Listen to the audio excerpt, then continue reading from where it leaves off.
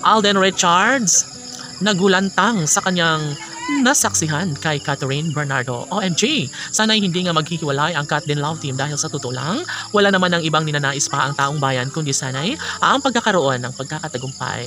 Ang maisakatuparan ng magandang pagkakataon na sila na nga mismo ni Alden at Catherine ang nararapat para sa isa't isa.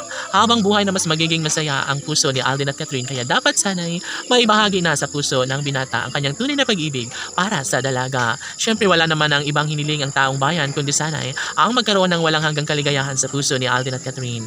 Sabi nga ng mga netizens na happy-happy na umano sila ngayon dahil nararamdaman na nila at nararamdamang magkaroon nga ng katiwasayan at walang hanggang kaligayahan sa puso ni Alden Richards at Catherine Bernardo. Sana hindi natitigil pa ang taong bayan sa kung anuman ang kanilang tunay na damdamin para kay Alden at Catherine dahil sa totoo lang, ito lang naman umano ang makapagbibigay kaligayahan sa puso ni Alden at Catherine. Dapat ay patunayan nila na sa habang buhay ay magkakaroon nga ng walang hanggang kaligayahan sa kanilang mga puso. Sabi nga ng mga netizens na sobra-sobra umano ang kanang kaligayahan sa kanilang mga puso kung talagang magwawagi at nais ni Alden Richards na magbago ang kanyang pag-ibig para kay Catherine Bernardo, ay dapat na umano na wag niya na itong pakawalan pa dahil sa totoo lang maraming lalaki ang nagkakagusto sa dalaga. Maraming lalaki ang nagustuhan ang kagandahan ng nag-iisang Catherine Bernardo. Kaya dapat sana ay wag nang tumigil pa si Alden Richards sa kung ano man ang kanyang tunay na damdamin para kay Catherine Bernardo. Dahil sa totoo lang kung tuluyang mawasak ang relasyon ni Alden at Catherine ay wala nang mas magiging malungkot pa.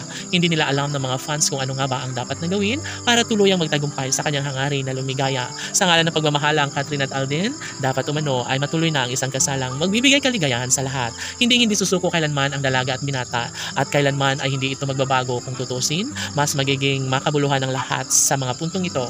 Saksi ang kalangitan sa kanilang pagmamahalang tunay ni Alden at Catherine at wala ng ibang mas magiging happy sa buong daigdig. Sabi nga ni Alden Richards na walang-wala na siyang hihilingin pa sa buhay. Ang magtagumpay siya sa kanyang pag-ibig para kay Alden Richards ay sapat na umano ito.